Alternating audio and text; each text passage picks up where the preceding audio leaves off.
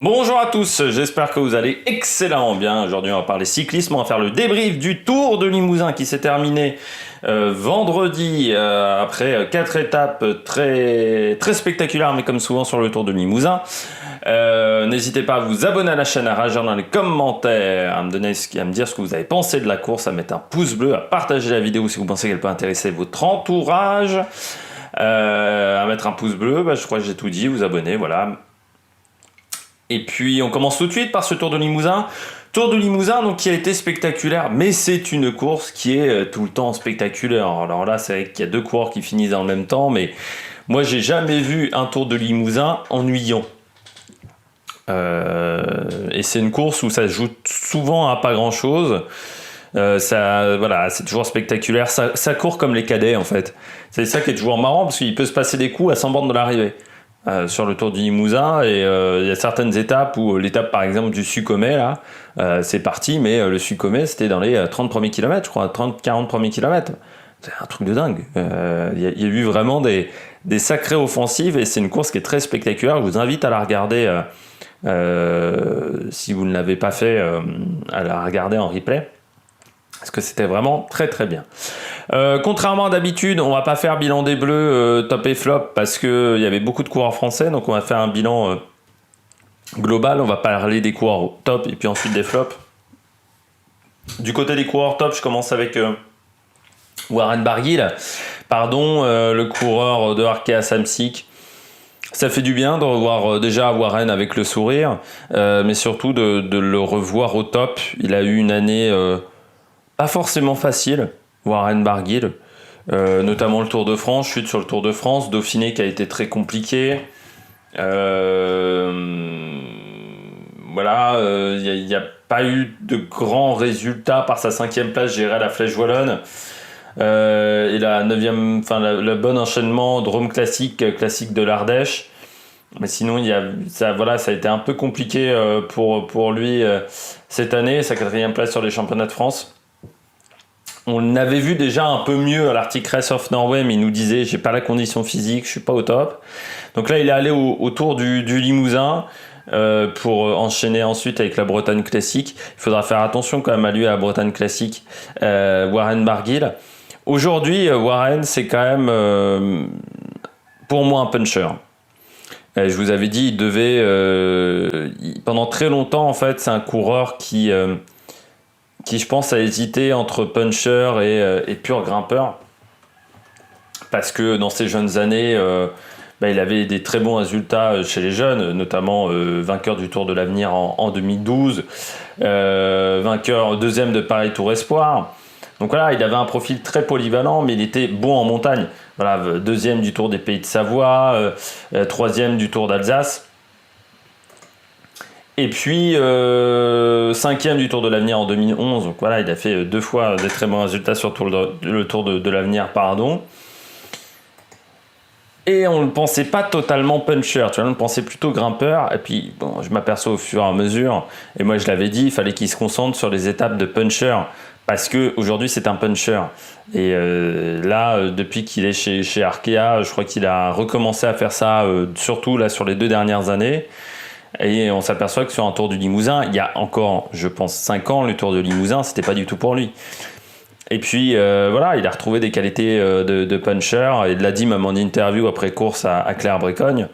Voilà, je me suis peut-être perdu en faisant du travail au seuil, donc du travail pour la montagne, et là je reprends du plaisir en plus à faire puncher. Et puis c'est vrai que c'est un coureur qui est attaché à sa Bretagne, il n'est jamais aller dans le sud, il a jamais, il habite toujours en Bretagne, et c'est vrai que pour travailler la montagne, la Bretagne, c'est quand même pas l'idéal. Par contre, pour préparer les classiques ardennais, c'est quand même un endroit fantastique. Et puis bon, depuis qu'il y a Quintana chez Arkea, je crois que son rôle est quand même plutôt d'être performant sur les classiques puncher. Et là, voilà, un très bon résultat sur ce Tour du Limousin. Je continue avec Franck Bonamour. C'est pas toujours simple d'enchaîner Tour du Limousin et Tour de France.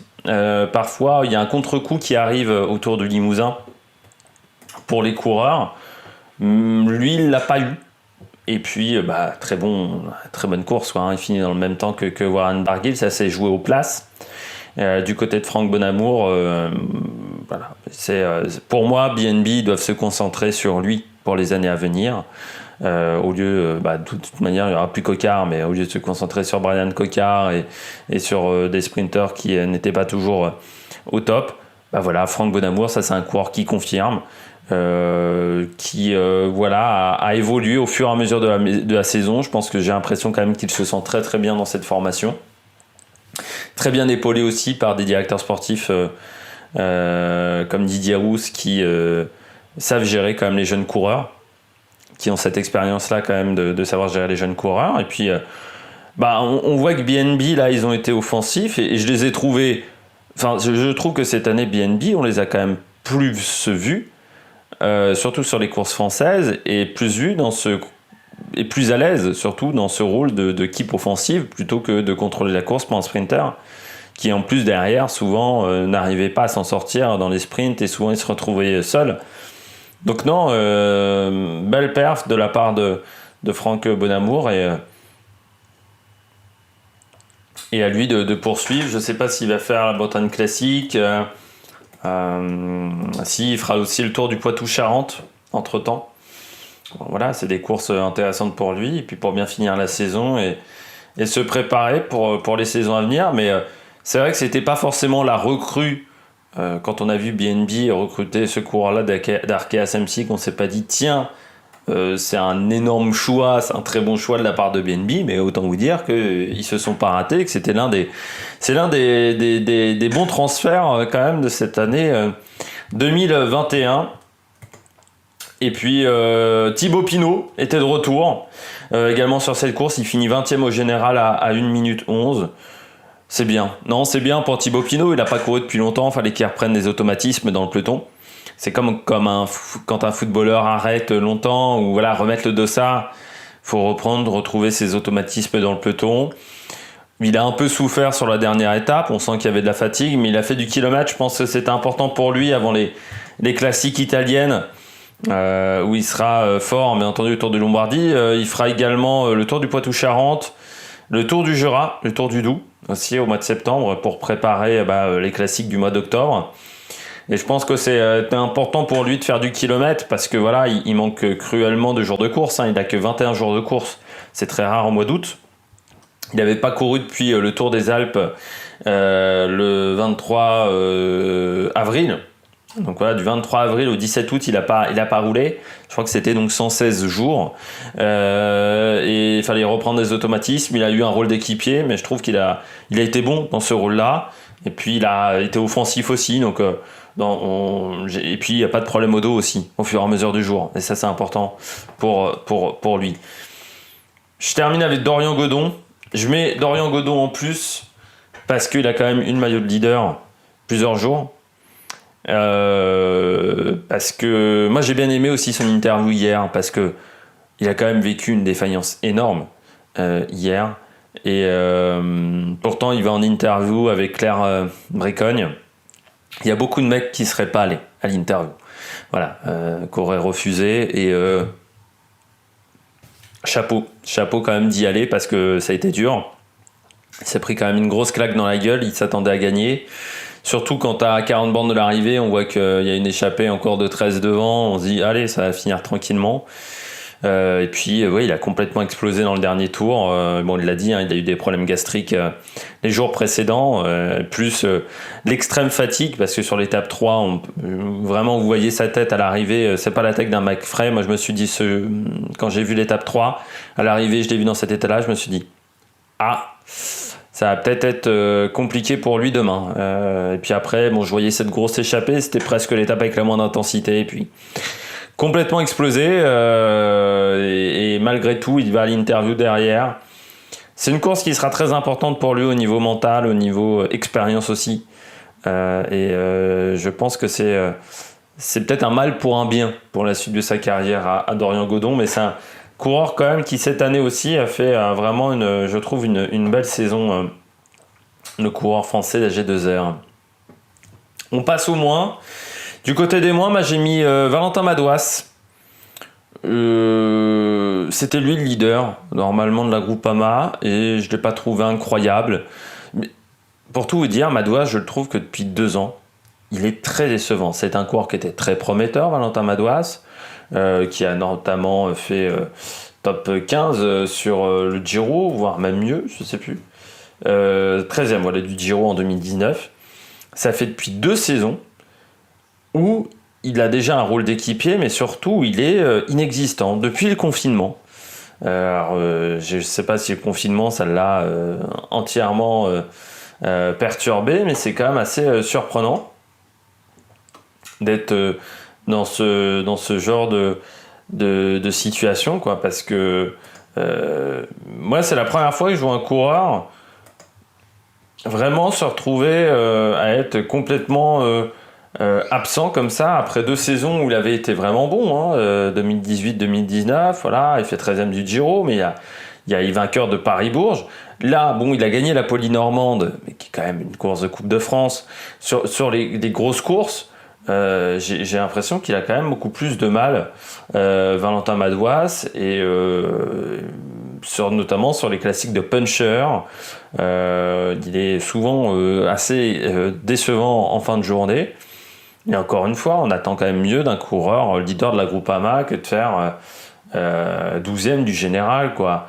C'est pas exceptionnel. Un seul podium d'étape en plus sur l'étape 3.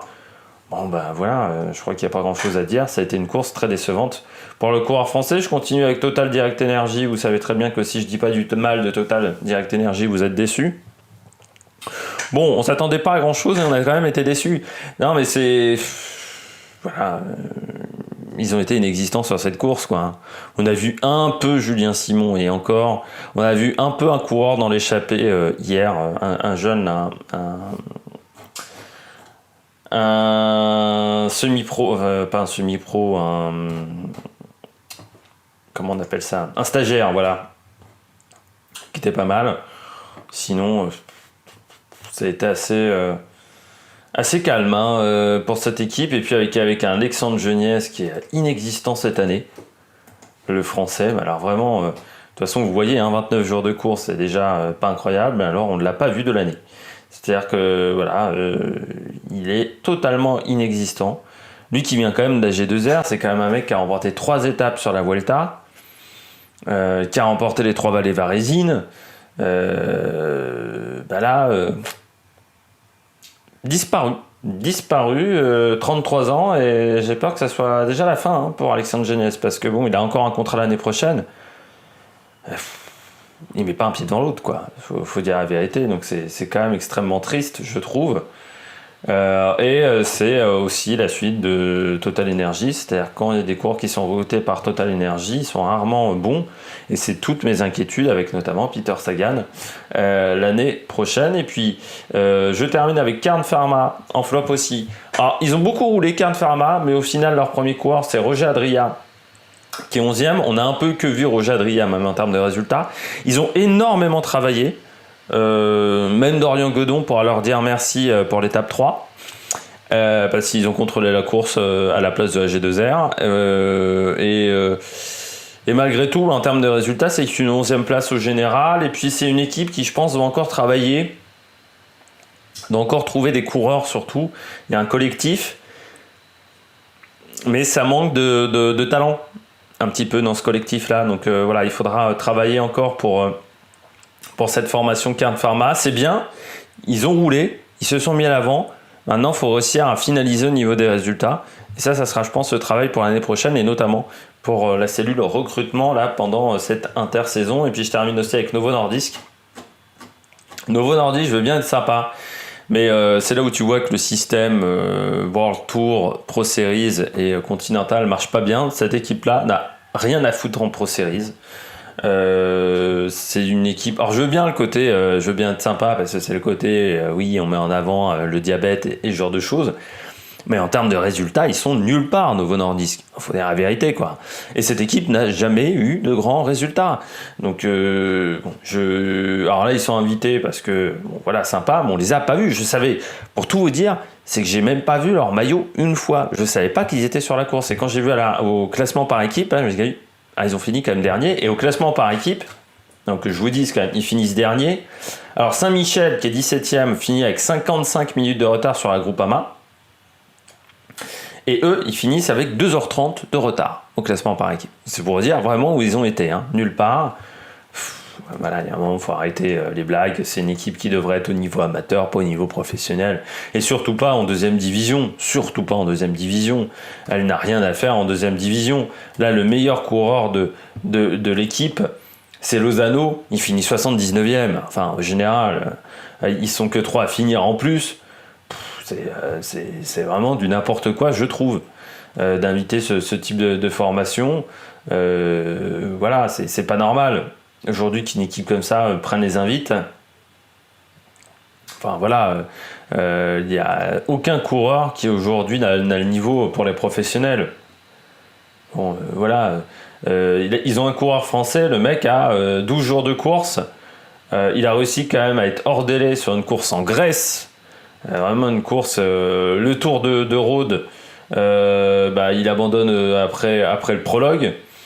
Il abandonne lors de la première étape. Au Tour du Limousin, il a abandonné lors de la deuxième étape. Il a abandonné lors de la troisième étape au Tour de Hongrie. Oh là là, il a fini une course à Belgrade. Et voilà, faut à un moment, faut arrêter. C'est un coureur qui avait 6 jours de course l'année dernière aussi. Hein. Enfin, bon, c'est quand même du n'importe quoi cette équipe. Hein. Faut dire la vérité, ce sont pas des professionnels. Et il y a un moment, il faudrait arrêter. Alors l'idée est bien. Mais il faudrait qu'il y ait des résultats derrière, ça serait mieux. J'espère que vous avez aimé cette vidéo, n'hésitez pas à réagir dans les commentaires, vous abonner à la chaîne, à mettre un pouce bleu, et puis nous, on se retrouve donc pour de nouvelles aventures sur la Meilleure Production. Ciao ciao.